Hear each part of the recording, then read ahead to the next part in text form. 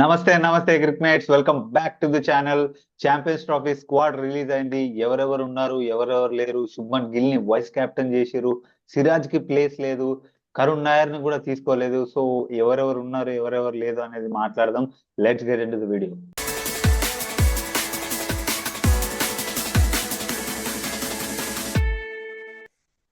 So champions trophy squad release అయింది. ఈ పాటికే అందరు చూసే ఉంటారని నాకు తెలుసు. ఒకసారి మళ్ళీ చూద్దాం ఛాంపియన్స్ ట్రోఫీలో ఎవరెవరు ఉన్నారు మన స్క్వాడ్ లో అనేది. First the captain Rohit Sharma, తర్వాత vice captain Shubman Gill, Yashasvi Jaiswal backup opener గా పెట్టిరు.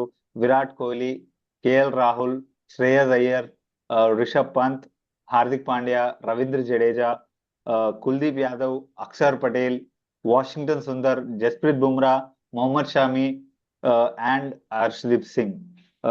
దీంతో 15 మెంబర్ స్క్వాడ్ ని రిలీజ్ చేశారు. బ్రో మనం ఈ స్క్వాడ్ లో చూసుకుంటే గిల్ ని వైస్ కెప్టెన్ చేశారు. మీ మనం గిల్ ని వైస్ కెప్టెన్ చేసిరంటేనే వాళ్ళు డైరెక్ట్ గా చెప్తారు, మనకి అనౌన్స్ చేస్తారు దట్ ఓపెనర్ గిల్ గానే చూస్తున్నాం, జైస్వాల్ ని చూడట్లేదు అంటే జైస్వాల్ ని పక్కన కూర్చోబెట్టినట్టే డైరెక్ట్ గా చెప్తారు వాళ్ళు.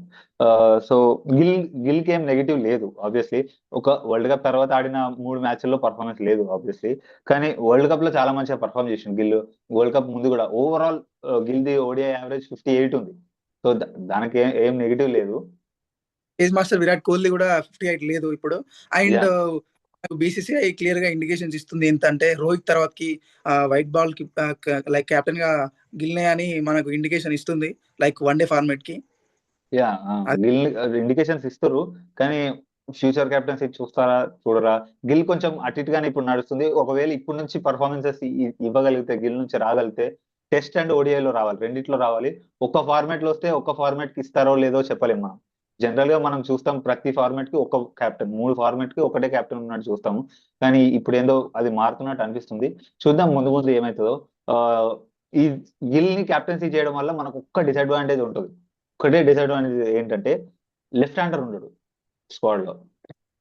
లెఫ్ట్ హ్యాండర్ ఉండడు. ఓపెనర్స్ ఇద్దరు రైట్, 3 రైట్, 4 రైట్, 5 రైట్, అందరూ రైట్ రైట్ రైట్ అయిపోతారు. 6 వరకు రైట్ హ్యాండెడ్ బ్యాట్స్మెన్స్ అవుతారు. సో అదొక్క ఫ్లా ఉంటది. గిల్ ని తప్పు పట్టడం ఏం లేదు, గిల్ చాలా మంచిగా పర్ఫామ్ చేసిండు ఓడిఐలో. కానీ జైస్వాల్ ఉండుంటే ఆ ఎక్స్ ఫ్యాక్టర్ అనేది ఉండేదేమో అని నాకు చిన్నగా అనిపిస్తుంది అంతే. అండ్ నెక్స్ట్ వచ్చేసి కేఎల్ రాహుల్, రిషబ్ పంత్, మీ పిక్ ఎవరు ప్లేయింగ్ లెవెల్ లో ఉంటారు అని మీరు అనుకుంటున్నారు? అంటే మీ చాయిస్ ఏంటి? ప్లేయింగ్ లెవెల్ లో మీరే సెలెక్టర్ అయితే ఎవరిని పెడతారు? నాకు అనిపించింది ఏంటంటే పంత్ని పెడితే మంచిగా ఉంటుంది. ఎందుకంటే ఇందాక చెప్పిన పాయింట్, కేఎల్ రాహుల్కి ఏం నెగిటివ్ లేదు. లెఫ్ట్ హ్యాండర్ లేదన్న చిన్న పాయింట్ తోనే పంత్ని ముందు పెట్టబుద్ధి అవుతుంది. కానీ కేఎల్ రాహుల్నే పెడతారు వాళ్ళు. కానీ నా ఒపీనియన్ బట్టి అయితే పంత్ని పెట్టాలి, కానీ కేఎల్ రాహుల్నే పెడతారు వాళ్ళు. అండ్ అసలు ఇది అన్ఫార్చునేట్, ఇది మన డిఎస్పి సిరాజ్ బాయ్ స్క్వాడ్ లో లేడు. అసలు మైండ్ పోయింది బ్రో నిజంగా. స్క్వాడ్ చూడగానే అసలు బాధ అనిపించింది. సిరాజ్ మంచిగా పర్ఫామ్ చేసిండు. వరల్డ్ కప్ లో కూడా చాలా మంచిగా పర్ఫామ్ చేసిండు. వరల్డ్ కప్ తర్వాత కూడా 3 ఓడిఐలైనా 3 ఓడిఐల్లో 4 వికెట్లు తీసిండు సిరాజ్.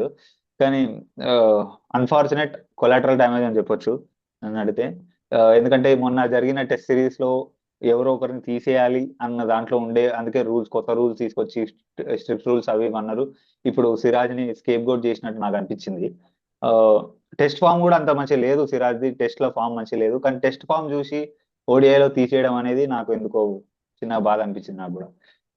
అండ్ మనం ఇందులో చూసుకున్నా కానీ 22లో తను వన్డే ఇంటర్నేషనల్స్ లో తను 22 వికెట్స్ తీశాడు. అండ్ 2023లో వచ్చేసి 44 వికెట్స్ తీశాడు. అండ్ తనే లీడింగ్ వికెట్ టేకర్ అని చెప్పొచ్చు టీమ్ ఇండియాస్ కి వన్డేస్ లో 2022 నుంచి. 3 years ఆయననే వికెట్ టేకర్. ఒకటి ఏంటంటే సిరాజ్ దగ్గర వేరియేషన్స్ లేదు. ఒక రీజన్ తోని సిరాజ్ ని పక్క పెట్టాల్సి వచ్చింది, హర్షదీప్ ని ముందు తీసుకోవాల్సి వచ్చింది. హర్షిత్ రాణాకి ఏంటంటే ఒక advantage, he's a tall bowler. అందుకే ఇంగ్లాండ్ ఓడిఐ సిరీస్ లో అతన్ని సెలెక్ట్ చేశారు. Is a tall and hit the deck hard bowler. So అతను ముందుకు వచ్చేసినాడు సిరాజ్ కంటే హర్షిత్ రాణా. అండ్ మన బీసీసీఐ రూల్స్ ప్రకారం ఎవరైనా సరే డొమెస్టిక్ క్రికెట్ మంచిగా ఆడితేనే ఇంటర్నేషనల్ లో అడుగు పెడతారని చెప్పారు. అండ్ ఇది చూసుకుంటే ఇప్పుడు మొన్న సంజుని చూస్తే సంజు డొమెస్టిక్ విజయహజారి ట్రోఫీ ఆడలేదని సంజుని సెలెక్ట్ చేయలేదని చెప్తున్నారు ఛాంపియన్స్ ట్రోఫీకి. And Karun Nair domestic cricket లో విజయహజారి ట్రోఫీలో 715 అది చాలా గొప్ప యావరేజ్ అని చెప్పొచ్చు. అంత యావరేజ్‌తో ఆడినా తనని సెలెక్ట్ చేయలేదు. డైరెక్ట్ ఐసీసీ ఈవెంట్‌కి సెలెక్ట్ చేయకపోయినా లైక్ వన్ డే సీరీస్ ఉంది ఇంగ్లాండ్‌తో వన్ డే సీరీస్ ఉంది. అందులోనైనా సెలెక్ట్ చేయొచ్చు కదా! అది ఒకటి బాధాకరం. నాకు కూడా అదే అనిపించింది. ఇంగ్లాండ్ సిరీస్ కి సెలెక్ట్ చేసి ఉంటే బాగుండేది. ఛాంపియన్స్ ట్రోఫీకి సెలెక్ట్ చేయకపోయినా అతన్ని మేము చూస్తున్నాం, మేము డొమెస్టిక్ ని కూడా చూస్తున్నాం, బాగా పర్ఫామ్ చేస్తే తీసుకుంటాం అన్న మెసేజ్ వెళ్ళేదేమో. టీమ్ లో ఛాన్స్ ఇవ్వాలని లేదు. ఇప్పుడు హర్షిత్ రాణాని 60th ప్లేయర్ గా తీసినట్టు ఇక్కడ ఇతన్ని కూడా 17th ప్లేయర్ కానీ అలా తీసుకుంటే అయిపోయేది. ఇంకొక ప్లేయర్ బెంచ్ మీదకైనా that gives an indication for the domestic players. కానీ అది చేయలేకపోయారు. బీసీసీఐ సెలెక్టర్లు చేయలేకపోయారు. Too bad for him. 700 average ఉన్నా అది బూడిదలో పోసిన పన్నీరే అయిపోయింది అది. Yes bro. అసలు ఇది కూడా చాలా అన్‌ఫార్చునేట్ బ్రో అసలు. పెద్ద క్రికెట్‌కే గాడ్ అని చెప్పి సచిన్ టెండూల్కర్ కూడా ట్వీట్ చేశాడు తన గురించి. 700 యావరేజ్ ఉంది. మీరు తప్పకుండా సెలెక్ట్ అవుతారు.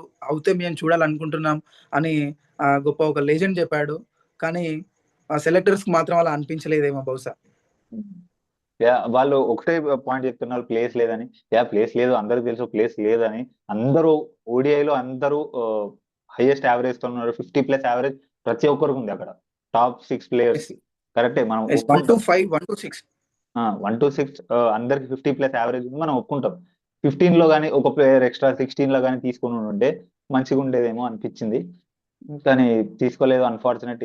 మనం ఏం చేయలేకుండా ఉంది అది. Bad luck. 2020, 22, 23లో రుతురాజ్ గైక్వాడ్. ఇప్పుడు 24, 25లో కరుణ్ నాయర్. ఇద్దరికి బ్యాడ్ లక్ అనే చెప్పుకోవాలి.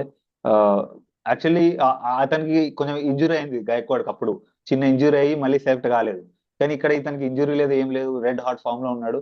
కానీ అన్ఫార్చునేట్ గా అతను సెలెక్ట్ కాలేకపోయాడు. చూద్దాం నెక్స్ట్ దీని తర్వాత సిరీస్ లకైనా సెలెక్ట్ చేస్తారేమో.